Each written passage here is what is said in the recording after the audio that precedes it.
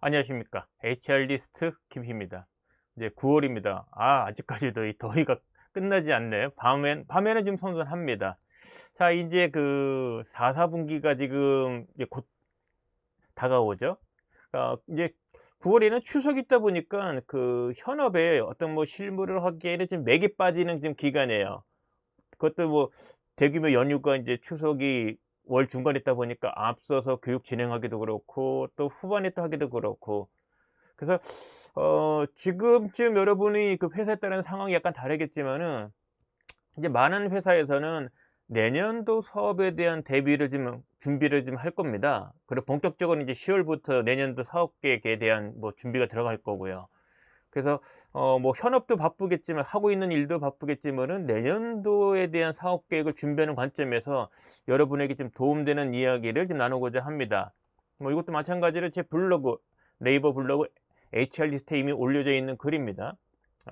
제가 그 과거 2010년 10년부터 이제 인사정의 카페, 네이버 인사정의 카페에 매월 HR의 담당자가 해야 될 일을 1월부터 12월까지 한 3년을 좀 계속 연재를 했어요. 그러다 보니까 그 특정 월에 해야 될 일이 거의 그 뭐랄까 이제 표준화 루틴이 좀 보이더라고요. 그 되게 시기적으로는 10월이나 11월, 확실하게는 이제 11월경 되면은 내년도 교육계획 짜는데 다 바빠요.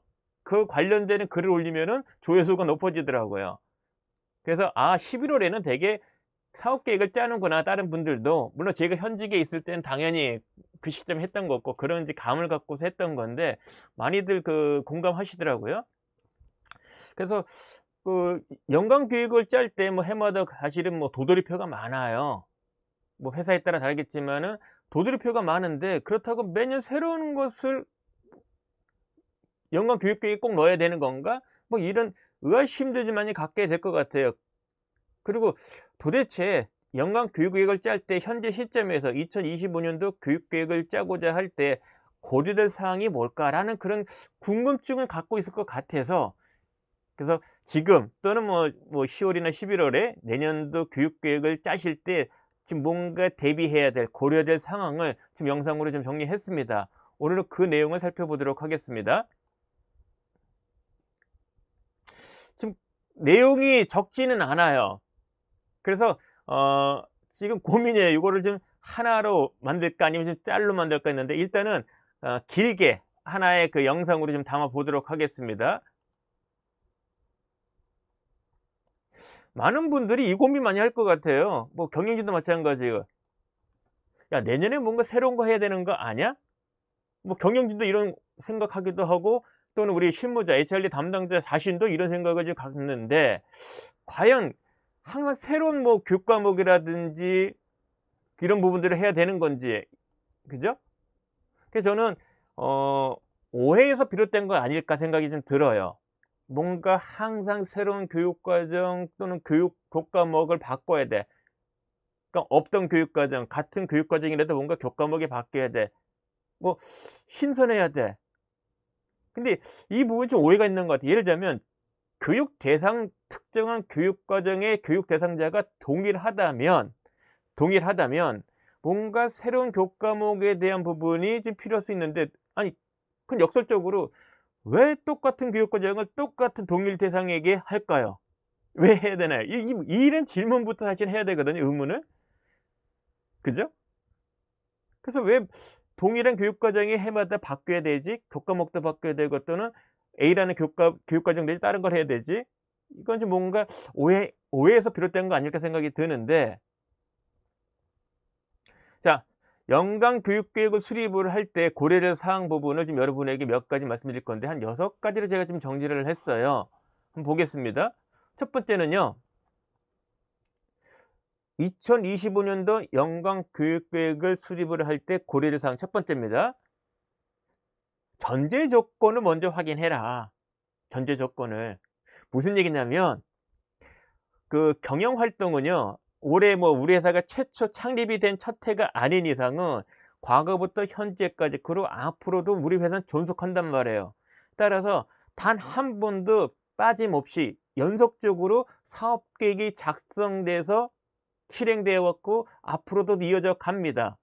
그 과정에서 CEO가 바뀔 뿐이에요. 바뀐 CEO에 따라서 비전과 중장기 경영 전략과 그것에 따르는 연간 사업 계획이 나오는 거죠. 경영 전략이 나오는 거죠.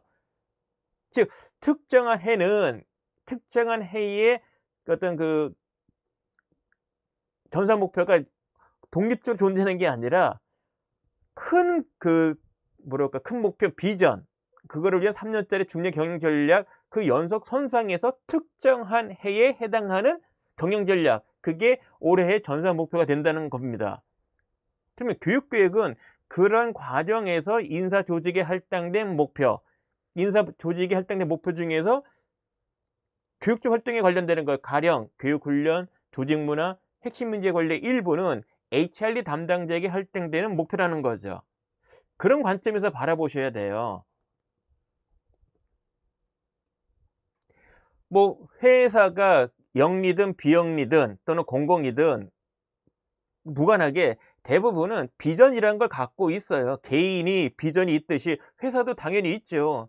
새롭게 CEO가 취임을 했어요. 그럼 그 CEO는 당연히 회사 차원의 비전을 수립하게 되어 있어요. 아니 어느 회사 구성원들이 우리 회사의 새로운 CEO는 비전이 필요 없어. 비전을 안 갖고 있대. 괜찮아. 이런 회사가 어디 있습니까?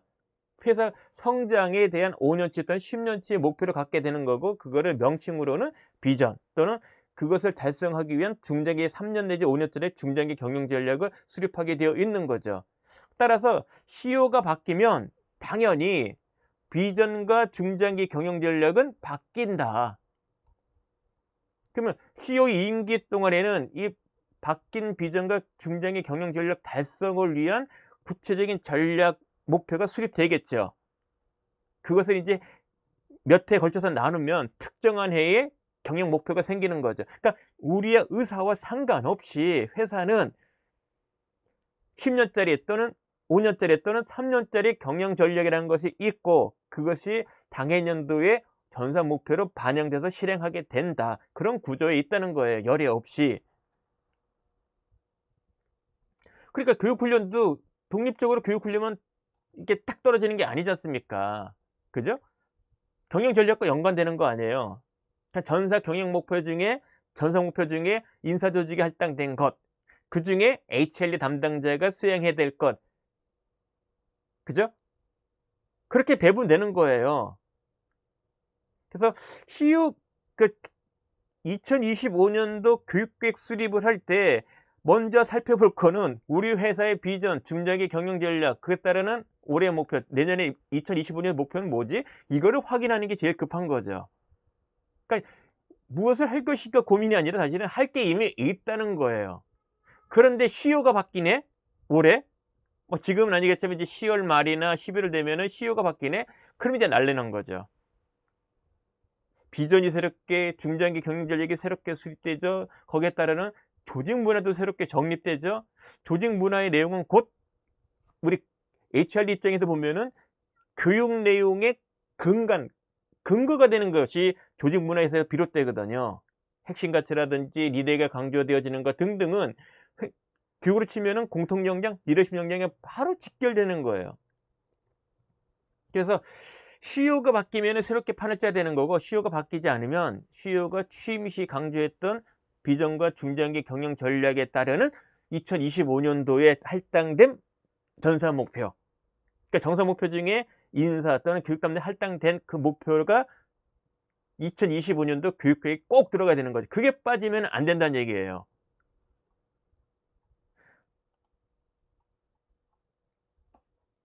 자, 두 번째.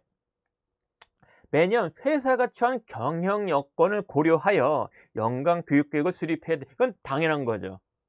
아니, 살림살이에 따라서 씀씀이가 정해지는 거 아닙니까? 그죠? 그래서 회사의 비전과 중장기 경영 전략에 따라서 2025년도에 달성해야 될 전사 목표가 있고, 그중에 HR 담당자 할 게 있단 말이에요. 그건 이미 정해져 있어. 그런데 경영 여건을 보니까 지금이 태평성대가 아니야. 그럼 이 경우는 어떡하죠? 여기에 맞게 교육을 짜겠죠. 그죠? 아니 상황이 아예 안 좋다면은 회사 입장에 보면은요, 특단에 대한 거를 할 거예요. 그 대부분의 이제 그 매출이 악화되고 이익이 악화되면 당연히 비용에 대한 절감을 들어가겠죠. 그죠? 그럼 비용 절감이 가장 먼저 줄이는 거 뭡니까? 인건비도 있지만은 간접비, 급하지 않은 거, 해외 출장, 교육 훈련, 복리수행비 이런 부분을 줄인단 말이에요. 그런데 그것도 안 되면은 이런 구조조정이 지금 들어가겠죠. 이런 상황에서 물론 중장기 경영 전략에 따라서 2025년도에 할당된 전사 목표가 있고 그중에 HR 담당할 게 있지만 회사의 여건에 따라서는 그게 올스톱이 될 수가 있다. 근데 반대로 회사의 여건이 좋아졌어. 살림살이가 낮았어. 이런 경우는 당초에 세웠던 중장기 경영 전략 선상에서 2025년도에 달성해야 될 경영 목표, 그중에 HR 담당자가 할 거, 이거를 잘할 수 있는 여건인 거고, 그리고 뭔가 추가적으로 할 수 있는 여건이 되는 거죠. 살림살이가 지금 낮았으니까. 회사 분위기 좋으니까.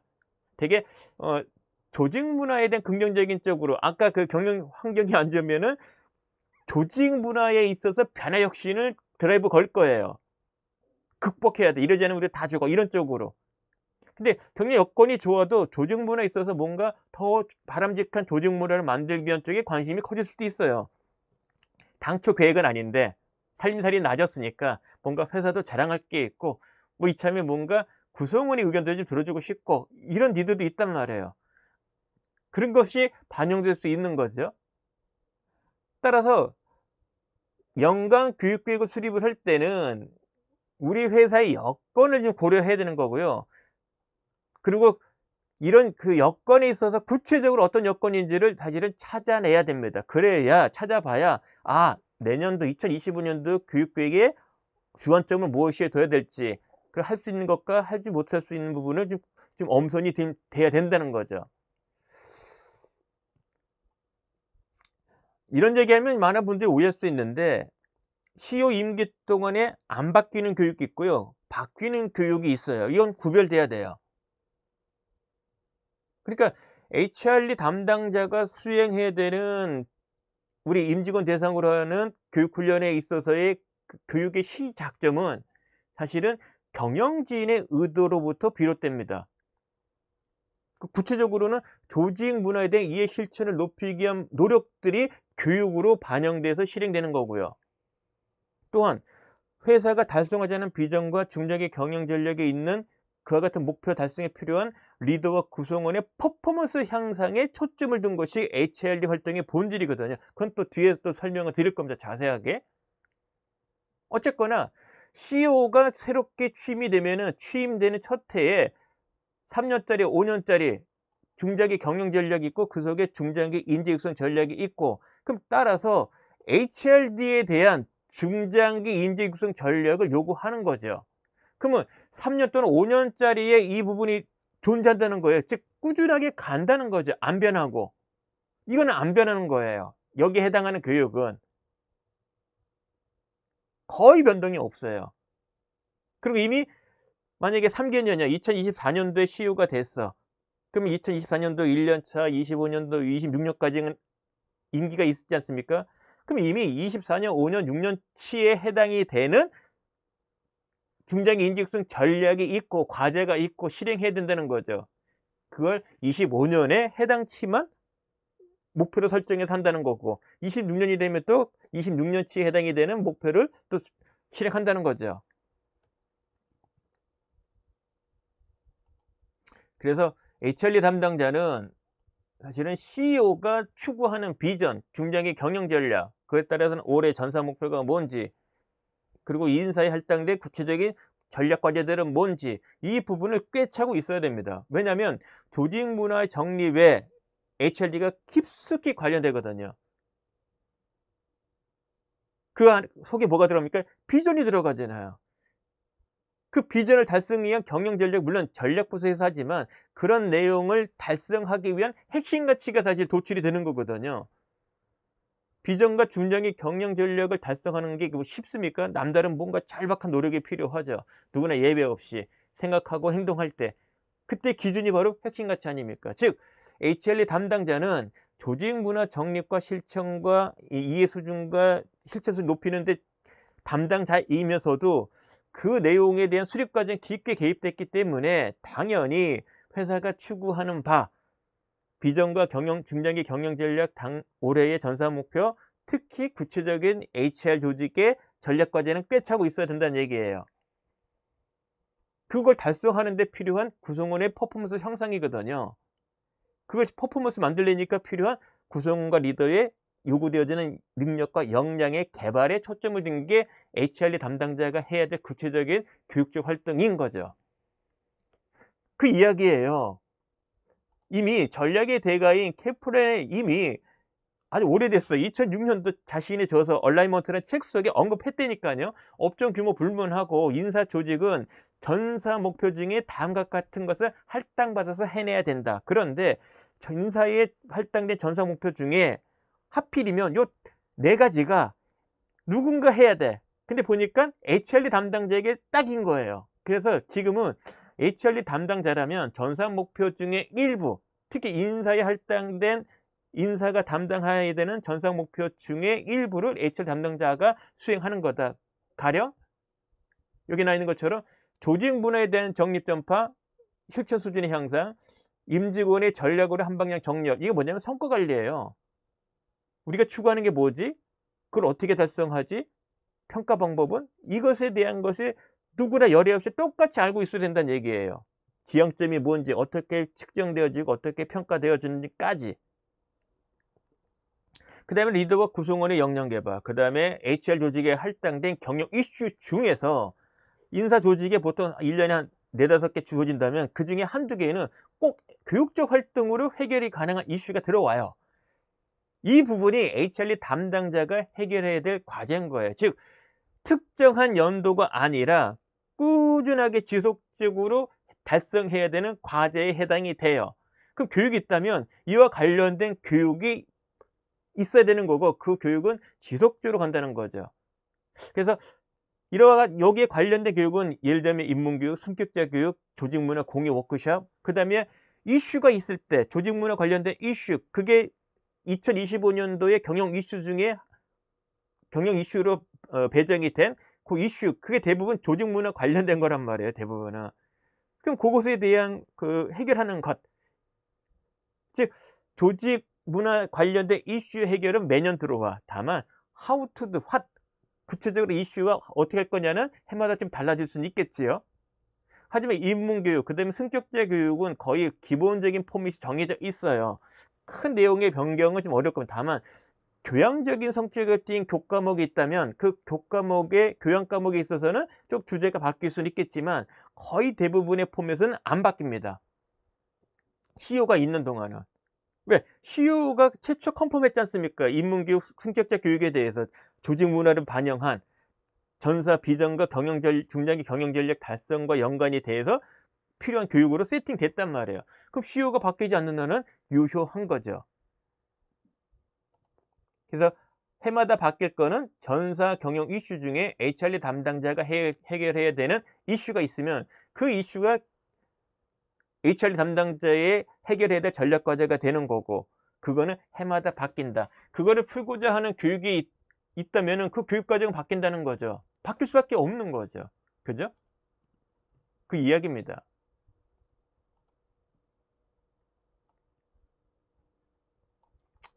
매년 새로운 교육 과정을 개발해야 되느냐, 또는 뭐 동일한 교육 과정일 경우 교과목을 매년 바꿔야 되냐.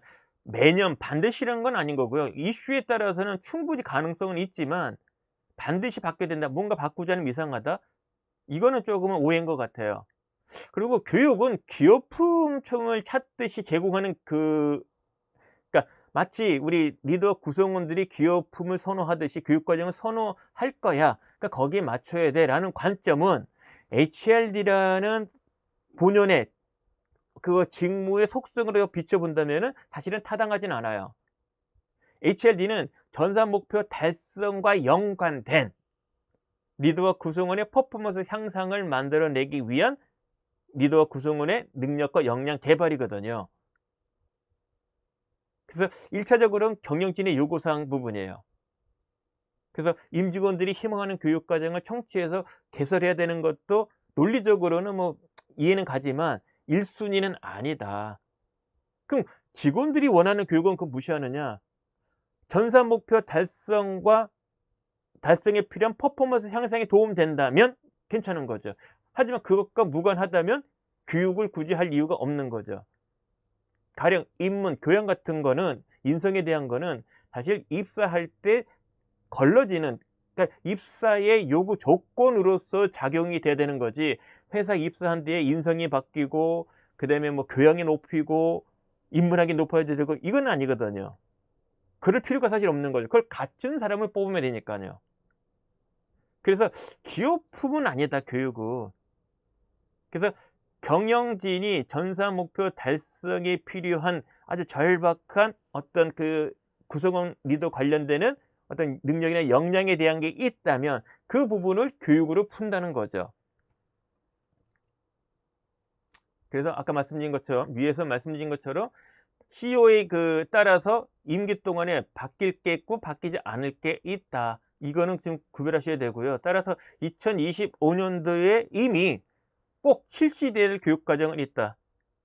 뭐 루틴한 교육으로는 뭐 입문교육, 신규 입사자 입문교육, 그 다음에 뭐 있습니까? OJT도 있고 또 멘토링, 그 다음에 직급별 승진교육 또는 뭐 신팀장 교육, 근데 조직문화 공유하는 워크숍, 이런 것들이 대부분은 정례화적으로 될 거예요. 근데 교과목의 일부는 바뀔지언정, 근데 조직문화 활성화 워크숍 같은 경우는 서베이 결과로 갖고 하는 거니까 이슈 중심으로 가는 거예요. 포맷은 같아도 내용은 좀 바뀌는 거죠, 해마다. 그래서 대부분 CEO가 바뀌지 않는 한은 임기 동안에는 거의 같은 교육이 가는데 경영 이슈 중에 교육으로 풀 게 있으면 그것만큼은 새롭게 반영을 해서 풀어야 된다. 그거는 좀 매년 바뀌는 교육에 해당이 되겠죠.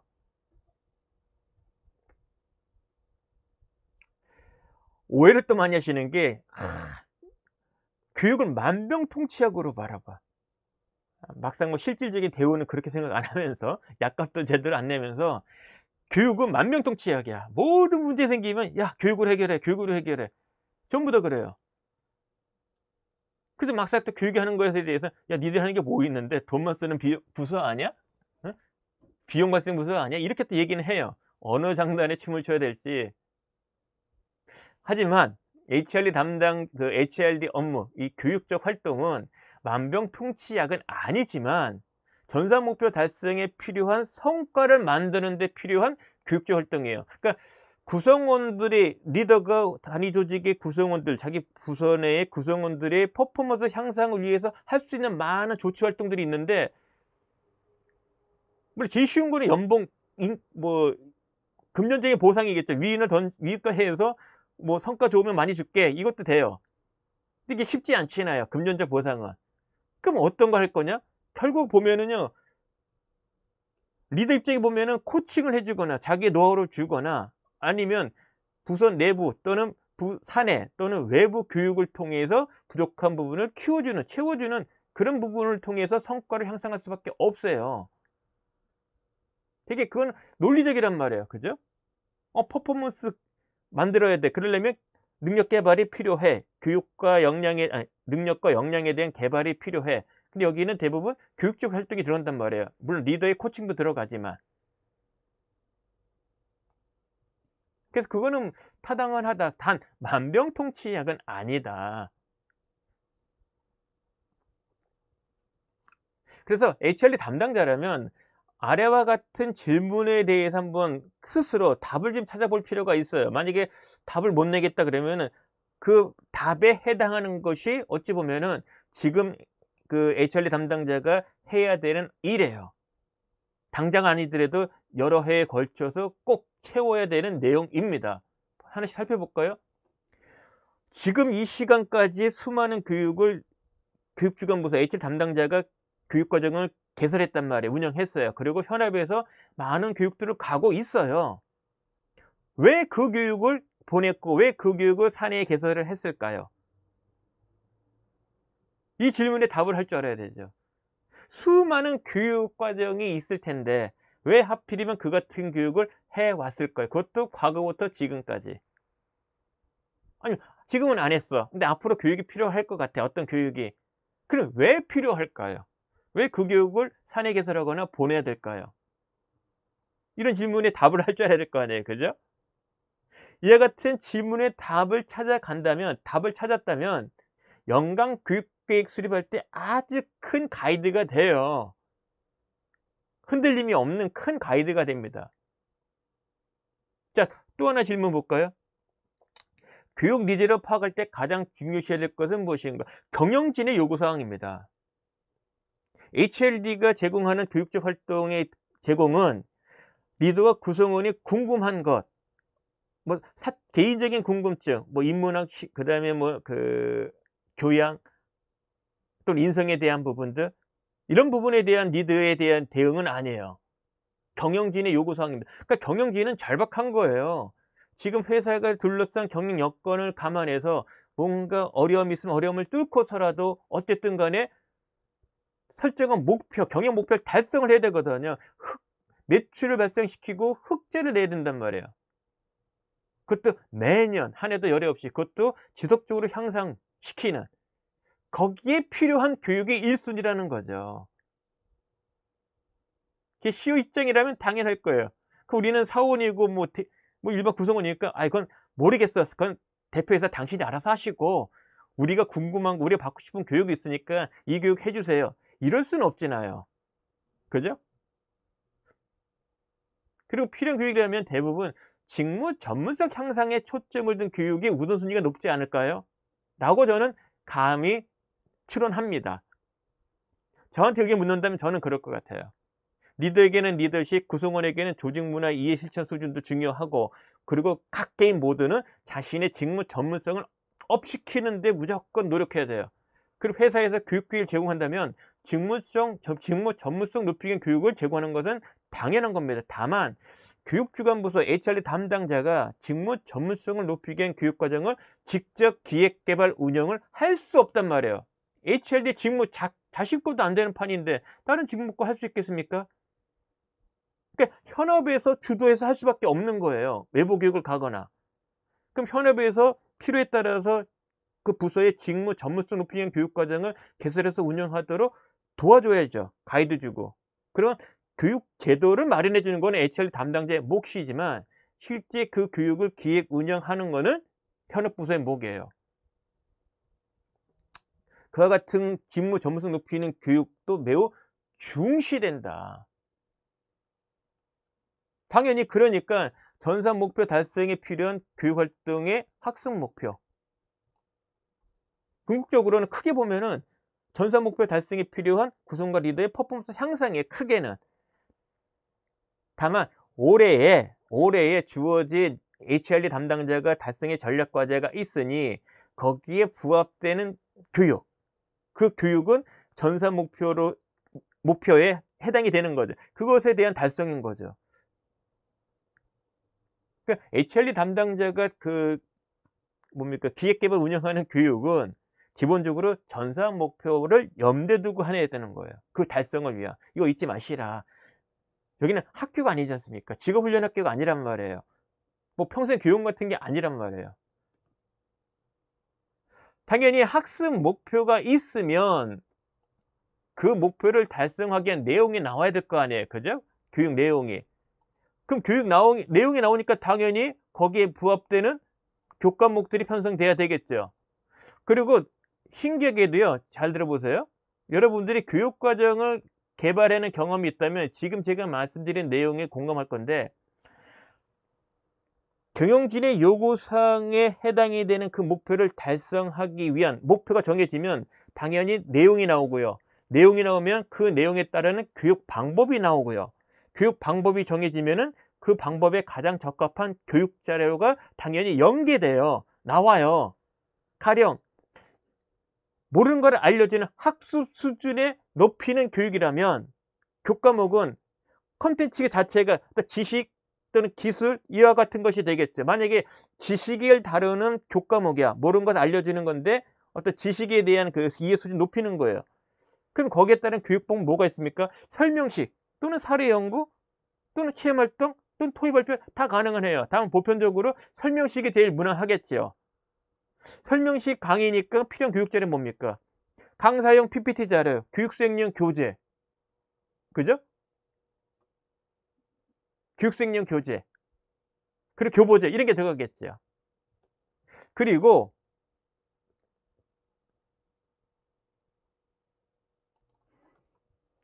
교육을 했으니 그 효과를 입증해야 될 거 아니에요. 그죠? 근데 원칙적으로는 학습 목표를 설정을 할 때 그 목표가 어떻게 그러니까 달성 방법에 대한 것도 같이 언급이 돼야 되거든요. 마치 KPI 수립하는 것처럼. 그러니까 학습 목표는 정해졌는데 교육 효과 측정 방법은 몰라요. 없어요. 이건 말이 안 돼요. 따라서 이 부분은 모든 우리 직장인들이 연간 업무 계획을, 업무 목표 수립을 할 때 목표가 있고 측정 방법에 해당이 되는 KPI 수립하듯이 교육 계획서를 작성을 할 때 교육 목표가 정해지면 그것에 대한 측정 방법, 교육 효과 측정 방법에 대한 것도 같이 언급이 돼야 된다. 예를 들면 교육 만족도로만 갈 건지 아니면 이해 수준의 변화를 만들 건지 또는 인식을 바꾸는 거로 갈 건지 아니면 일의 결과물의 변화를 만들 건지 이게 목표로 나와야 되고 당연히 인식 수준의 변화면 인식 수준을 얼마큼 변하는가를 알아보는 측정 방법을 정하면 돼요. 되게 서베이겠죠. 뭐 설문지가 되겠죠. 그다음에 이해 수준의 변화야. 그럼 뭐 필기 시험이 가능하겠죠. 아니 퀴즈라든지 일의 결과물의 변화야. 이거는 뭐 교육 끝나고 일정 시간 뒤에 실제 일의 결과물들 매출이든 이익이든 아니면 컴플레인 건수든 아니면 생산성이든 관련된 지표의 값을 산출하면 되겠죠. 그래서 교육의 효과는 학습 교육 계획서에 있는 학습 목표의 측정 방법으로 입증하는 거다. 그러면 당연히 일의 시작이 비전 달성을 위한 중장기 경영 전략 속에 있는 올해치의 전사 목표 중에 인사에 할당된 전략 과제, 그 중에 HR 담당자가 맡고 있는 것, 그 업무에 대한 것을 그 일을 한 거 아니에요. 그럼 따라서 HR 담당자의 일의 결과물은 전사 목표와 연관이 있는 거죠. 그죠? 근데 요즘에 이제 가장 핫한 것 중에 하나는 어떻게 하면 직무 전문성을 높일 거냐. 이 부분에 대해서는 HR 담당자가 지속적으로 관심 가져야 돼요. 쉽게 생각하면은 HR 담당자 자신은 어떻게 직무 전문성을 높일 거냐. 혼자만의 힘으로 아니면 부서의 도움으로 아니면 외부의 도움으로. 근데 큰돈 들이지 않고 비용 들이지 않고 내부에서 내가 맡고 있는 직무의 전문성 높이는 방법은 없을까? 있다면 어떻게? 이런 고민을 하셔야 돼요. 그러면 비단 HR 담당자가 직접 직무 전문성을 높이기 위한 교육과정을 기획개발 운영할 수 없으나 현업에서 그와 관련된 교육과정을 기획개발 운영하게 만들면 안 될까? 그리고 외부 전문가가 아니라 사내 베테랑을 강사로 활용해서 관련되는 직무 전문성 교육을 실제 진행하면 안 될까? 이런 고민을 좀 하실 필요가 있어요. 제 의견은 해야 된다. 그렇게 해야 된다예요. 가능하다. 그래서 필요한 게 사내 강사 양성 아닙니까?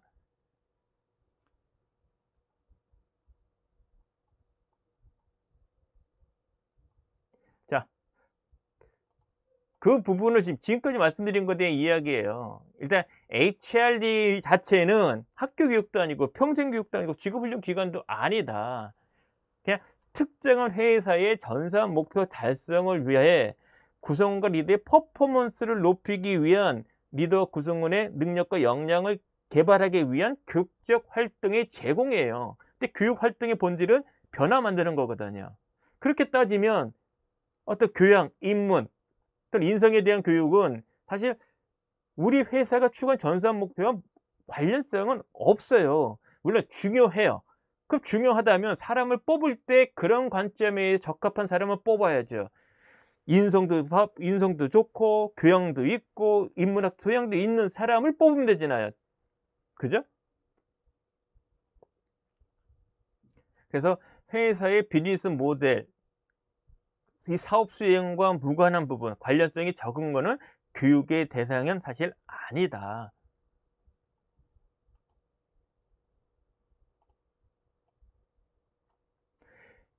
통상적으로 교육부서는 뭐 비용부서라고 그래요. 돈을 쓰기만 한다. 뭐 도움 안 된다. 회사 수익에는 수익만 계속 뭡니까 이제 갉아먹는다 이렇게 말씀하시는데 그건 아니에요.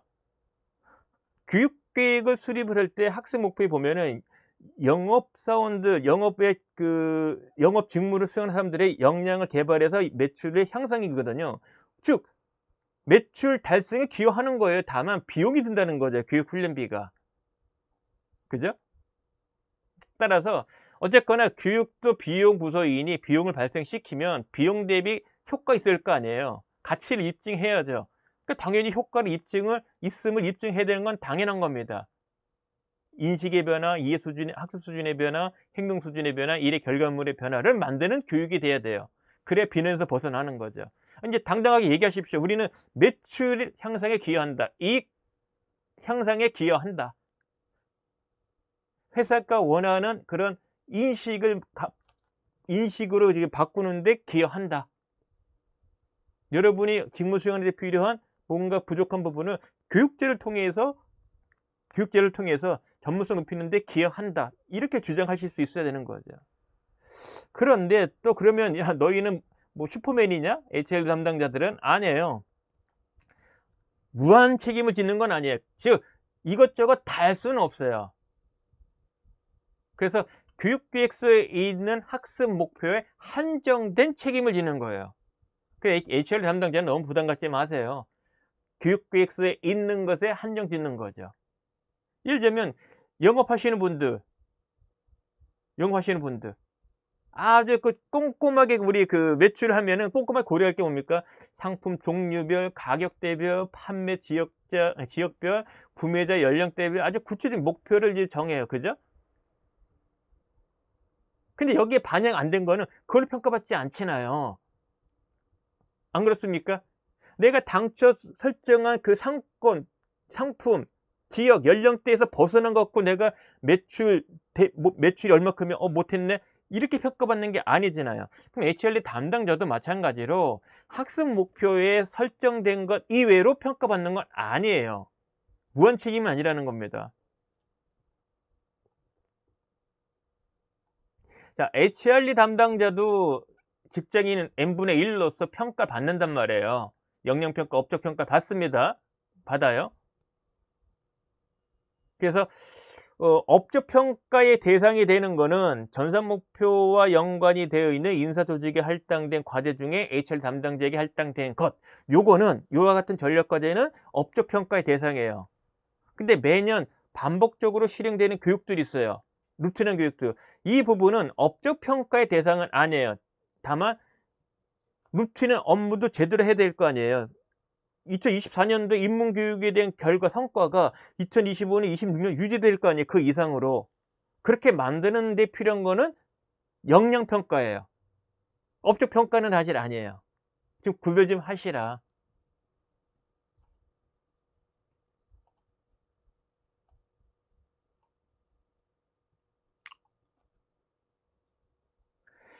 HRD 담당자 스스로 자신들의 활동에 대한 평가를 할 때 평가 지표로서 교육 참가자의 교육에 대한 전반적인 만족도 이걸로 평가를 받으려고 해요. 대개 HRD의 또는 인사조직 내의 KPI로는 전반적인 교육에 대한 만족도가 중요하게 자리 잡고 있어요.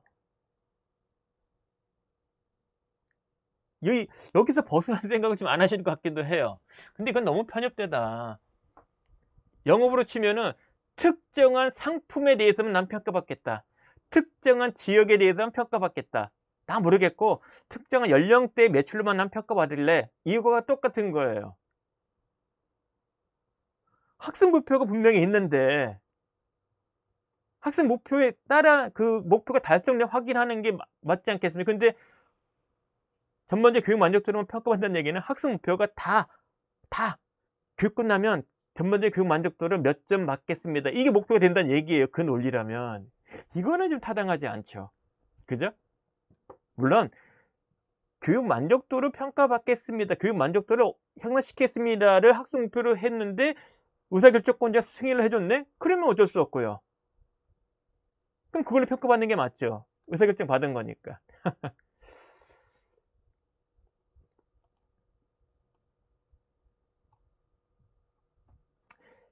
HRD 담당자는 HRD 직무 본연의 역할을 충실히 하면 돼요. 그래서 제가 앞서 말씀드린 것들을 다 본연에 대한 얘기를 말씀드렸습니다. 그리고 HRD 직무는 경영 목표 달성이 만능은 아니에요. 하지만 또 한편으로는 너무 편협된 거면 치중하면 안 되죠. 그죠? 자, 전사 목표 달성에 필요한 성과를 향상시키는 관련되는 교육 활동을 기획, 개발, 운영해서 측정해서 그걸로 평가받아. 사실 쉽진 않아요. 영업으로 치면은 말도 안 되는 상권에 가서 참 아직까지 뭡니까? 인지도가 높지 않은 그런 약을 팔려는 거야. 그게 쉽겠습니까? 판매 자체가 쉽지 않겠죠. 근데 기존 잘 나가는 상품처럼 매출의 목표를 받는다? 무지 힘들겠죠. 그런 거예요. 그래서 HRD 담당자의 업무의 본질은 전사 목표 달성에 필요한 교육적 활동의 제공이에요. 리더 구성원의 역량 개발입니다. 그게 전사 목표 달성에 기여하는 거고요. 그 자체는 바뀌지 않는다. 그래서 힘든 일이지만 그건 뭐 어쩔 수 없죠. 어느 부서든 마찬가지라고 봐요. 그래서 HRD 담당자 숙명은 지금 여러분 하이라이트 돼 있는 부분, 이게 숙명이에요. 어려운 말도 안 되는 전사 목표에 교육에 할당된 전략 과제 달성하는 게 우리 업무의 본질이다. 본연의 거다. 그래서 직무 전문성 향상 부분이 그런 과제 중에 하나예요. 쉽지 않죠. 아니, HRD 담당자 스스로도 생각해 보시면 되잖아요. 나의 직무 전문성을 업시킨 매년 크게 향상되나? 가슴에 소름 얹고. 쉽지 않죠. 근데 그걸로 평가받아야 된다. 그게 숙명이다. 뭐 앞에도 말씀드렸습니다만은 다섯 번째 이야기는 매년 실시하는 루틴한 교육적 활동이 있고, 그리고 HR 담당자 업적 평가 대상이 되는 전략과제에 해당이 되는 교육적 활동이 있어요. 이 두 가지를 좀 나눠줘야 돼요. 루틴한 활동은 역량 평가를 받는 거고요. 전략과제에 해당이 되는 교육적 활동은 업적 평가의 대상이 되는 겁니다. 그런데 대개 전략과제는 이미 특정한 해에 할당된 게 이미 있고, 그리고 경영 이슈로서 추가되는 게 있어요. 이거는 업적 평가를 평가받는다. 많은 분들이 이 부분에 대해서 조금 이제 공감하기가 쉽진 않을 것 같은데, 루틴은 업무로 업적 평가 받는 건 아니다. 그럼 루틴 업무는 안 해도 되네? 업적 평가 안 받으니까? 아니죠. 루틴 업무를 제대로 안 하면 역량 평가에서 부진하게 나오는 거고, 더 의역하면은 합의된 연봉 협상을 통해서 합의된 연봉을 받는데 최소한의 노력을 하지 않는 의미가 되는 거예요. 루틴한 교육적 활동을 제대로 안 한다는 얘기는 약정된 연봉 수령을 위한 약속을 안 한 것과 똑같아요. 그래서 오늘 내가 출근할 수 있고 한 달 지나면 월급 받고 1년 되면 1년치 어떤 연봉을 받는 거는 루틴 업무도 꾸준하게 잘 해낸다는 전제예요. 루틴 업무도 잘하겠다는 전제입니다. 그럼 루틴 업무 대부분 뭡니까? 교육으로 치면은 지금 보시는 것처럼 신규 입사자 교육, 승격자 교육, 조직문화 이해 실천 수준 향상을 위한 조직문화 활성 워크숍. 으쌰으쌰 우리가 남이가 이게 아니고, 조직문화 서베이를 매년 정기적으로 한다면 항상 부진한 게 나올 거 아니에요. 그 부진한 거를 업시키고, 그리고 신규 직원은 물론 기존 직원도 조직 문화에 대한 내용을 꾸준하게 이해도를 높이고 실천을 높이게 만드는 그런 활동들은 루틴한 거다. 그리고 제도적으로는 OJT 또는 멘토링, 그 다음에 사내 강사 양성제도, 그 다음에 개인별 능력개발제도. 개인별 능력개발제도, 이 IDP는 직무 전문성을 높이기 위해서 리더와 구성원이 배정된 업무 목표 달성에 필요한 직무 전문성을 높이기 위한 교육 기회를 제공해 주자. 자신이 코칭을 해두든 아니면은 뭐 사내 교육을 보내든 아니면 필요한 외부 교육이 있으면 외부 교육도 보내주면서 직무 전문성을 높여주는 것을 제도화 시키자. 그게 개인별 능력 개발 제도예요. 이런 부분들에 관련된 일은 루틴한 거예요. 근데 이 활동이 곧 업적 평가의 대상이 된다는 건 아니라는 거죠.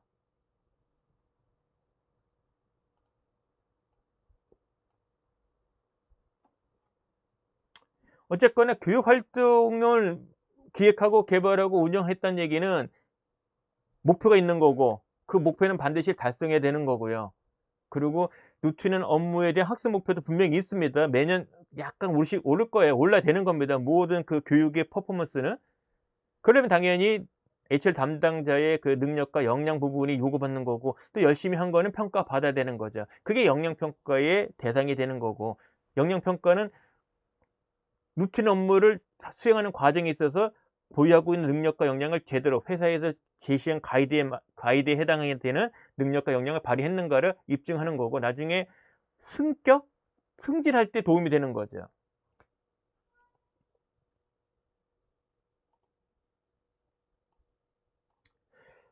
기본적으로 모든 부서는 회사의 비전, 중장기 경영 전략과 연동이 된 특정한 연도의 그 전략 과제들이 다 그 전산 목표가 반영되어 있어요. 2025년도도 이미 그렇게 해서 나온 거고, 2024년도도 그렇게 나온 거고, 앞으로 25년도 거도 똑같은 선상에서 있는 겁니다. 그러니까 이미 우리 의사 상관없이 대부분은 전사 목표가 이미 거의 확정되어 있다. 거기에 추가되는 경영 이슈가 있을 뿐이다. 그러면 전략과제 연관되는 것, 경영 이슈에 해당하는 것들이 바로 우리가 달성해야 되는 2025년도 업적평가 대상이 되는 거죠. 이 부분들이. 그래서 요것과 요 부분이 업적평가 대상이 되는 거고, 연간 교육계획을 수립한다는 얘기는 여기에 해당이 되는 전략과제를 확정짓는다는 거고 구체시킨다는 것을 의미합니다. 루틴은 교육은 당연히 깔고 가는 거고요. 그래서 회사에서 연도별 사업계획을 수립하는 양식은 차이가 있을지언정 업적평가 대상이 되는 전략과제는 이 선상에서 머문다. 그러니까 중장기 경영전략과 연관이 된 특정한 연도의 전사 목표, 그중에 인사 할당된 것, 그중에 HR 담당자가 해야 될 것, 그 다음에 경영 이슈 중에 교육적 활동으로 해결 가능한 것, 요게 업적평가의 대상, 즉 특정한 해에 HR 담당자가 달성해야 될 전략 과제이다. 그거는 이제 회사마다 좀 차이가 있겠죠. 왜? 비전과 전략이 다르니까.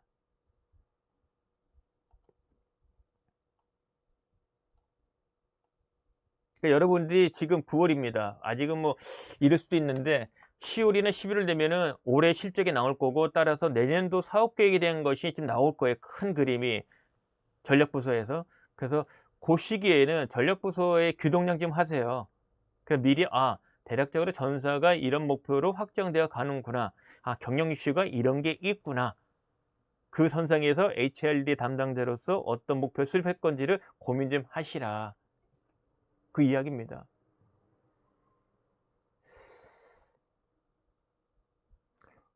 최근에 그 이슈를 감안한다 그러면은, 이런 거죠. 25년도를 염두에 둔다면은, CEO가 조직, CEO가 강조하는 조직 문화가 있단 말이에요. 뭐뭐는 하지 말자, 뭐뭐는 하자, 뭐 이런 식으로. 그러면 CEO가 생각하는 조직 문화를 만드는 데 필요한 과제가 있을 거예요. 그것도 25년도에 HRD의 전략 과제로 충분합니다. 사실은 들어가요, 대부분. 그 다음에 요즘 핫한 거. 죄송합니다. 이거 오타네요. 신규 입사자. 죄송합니다. 이건 큰 실수네. 예, 사과드립니다. 예. 신규 입사자의 조기 퇴직을 예방하기 위한 조치 활동. 그리고 뭐 이건 회사가 어려우면 당연히 들고 들어가요. 리더와 구성의 역량 향상, 특히 직무 전문성 향상. 그리고 어려움 극복을 위한 뭐 변화 혁신 마인드 형성. 사실 올해 또는 내년 우리나라의 경영 여건이, 기업들이 경영 여건이 과연 좋을까라고 본다면, 부정적이라면 이 부분은 반드시 들어가겠죠. 비용은 절감하는데, 절감하더라도 이런 주제의 교육은 많이 요구할 거예요. 그래서 제가 추론하건대는 여기 선상에서 들어가지 않을까 생각이 듭니다.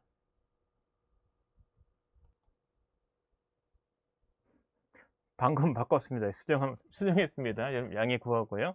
자, 이어서 가겠습니다. 결론적으로는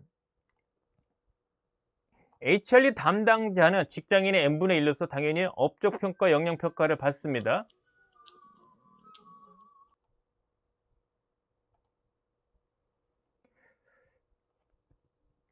누트리한 교육적 활동도 당연히 전사 목표와 연관된 HR 전략 과제 포함은 되죠. 하지만 업적 평가에 대한 것은 루틴한 것보다는 전략 과제에 해당이 되는 것. 요게 좀 제가 여러분에게 지금 드리고 싶은 포인트예요. 그래서 내년도 2025년도 교육계획을 수립을 한다. 그 무게중심은 전략 과제가 뭐지? 업적 평가 대상이 되는 그 부분에 대한 것이 먼저 명확하게 나와야 된다. 그리고 그 다음에 이제 루틴한 교육 활동들, 그 부분을 작년보다 어떻게 조금 더, 얘는 만족도라도 어떻게 하면 만족도 향상시킬까, 뭐 현업 적용도 좀 낮게 나왔으면 어떻게 하면 높일까, 이런 고민 하시라는 겁니다. 그 두 가지가 사실은 다 들어가는 건 맞아요. 하지만 무게중심은 위에서 관심 있는 거는 전사 목표와 연관이 된 교육적 활동은 뭐야, 전략 과제는 뭐야, 이 부분이라는 거, 거기에 대한 답이 나와야 된다는 겁니다. 회사 경영 여건이 어려운데, 교육 참가자의 만족도를 높이기 위해서 이런 교육을 하겠습니다.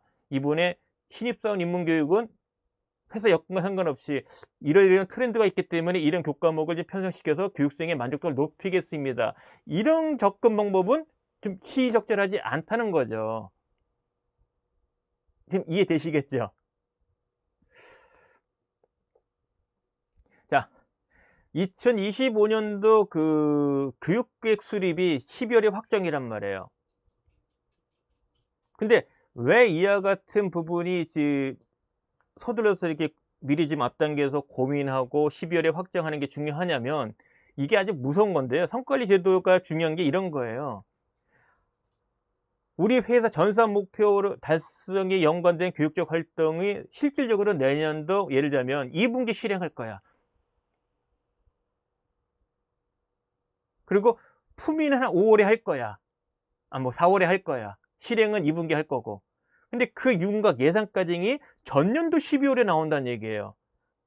근데 이 교육적 활동은 전사 목표 아주 연관된 거예요. 뭐 직무 전문성 향상이라든지 아니면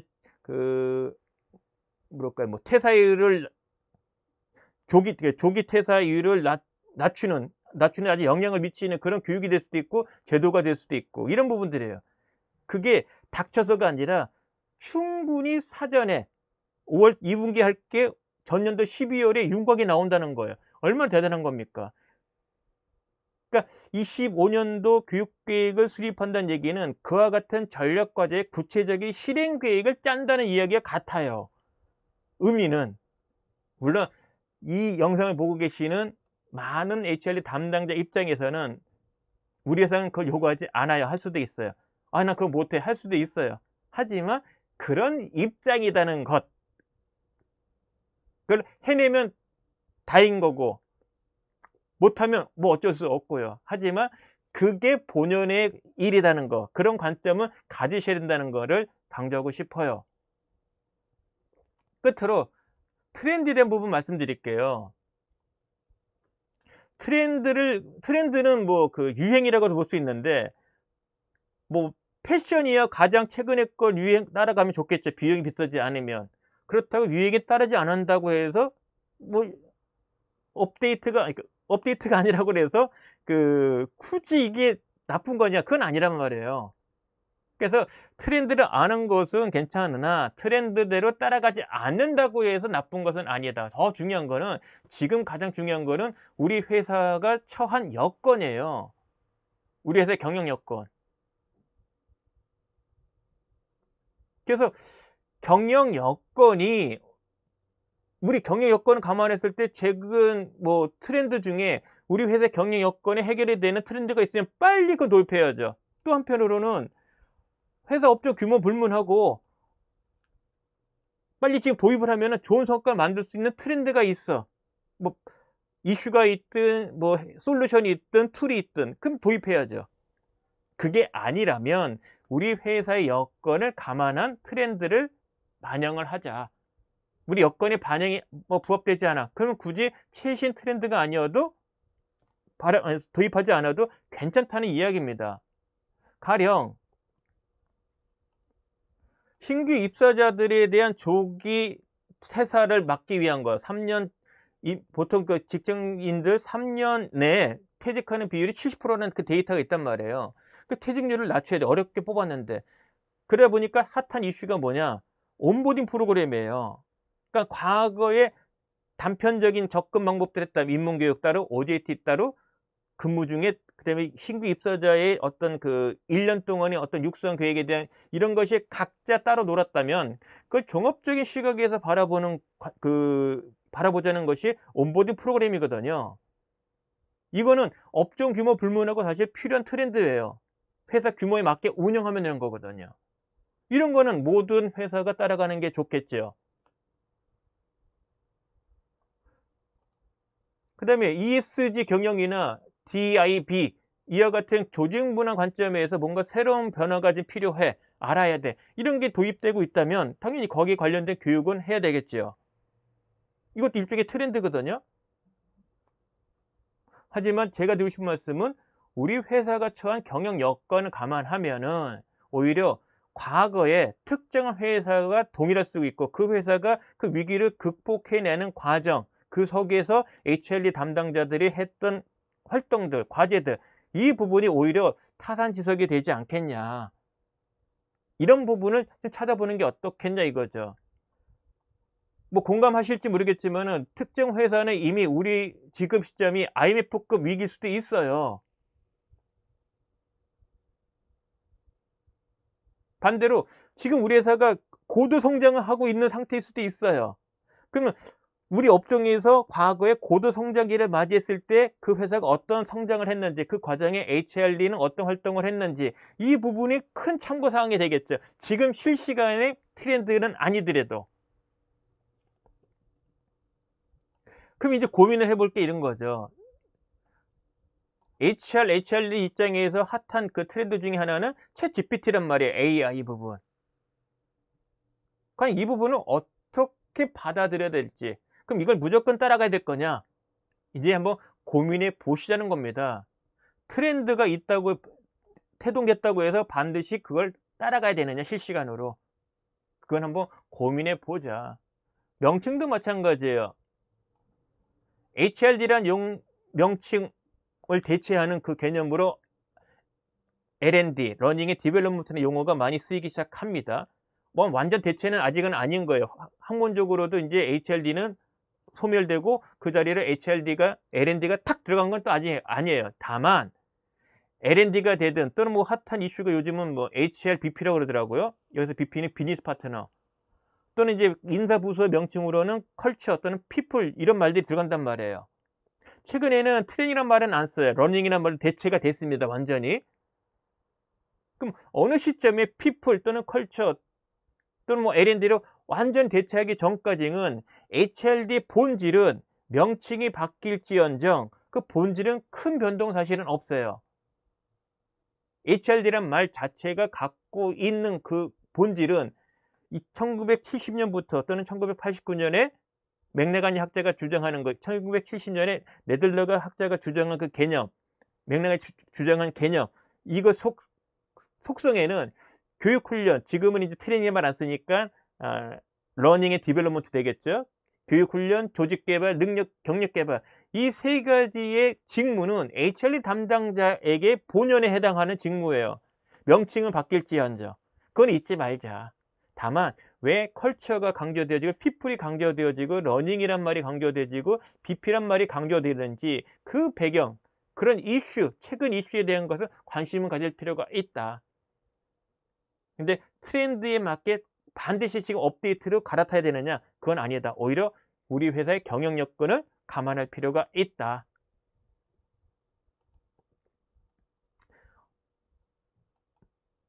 오늘 이야기는 여기까지는 어떻게 좀 도움이 되셨습니까? 자, 여러분들 2025년도 교육계획 수립을 이제 곧 하실 텐데 그때 제 이야기가 이 영상에 있는 내용이 도움됐으면 하는 바람입니다.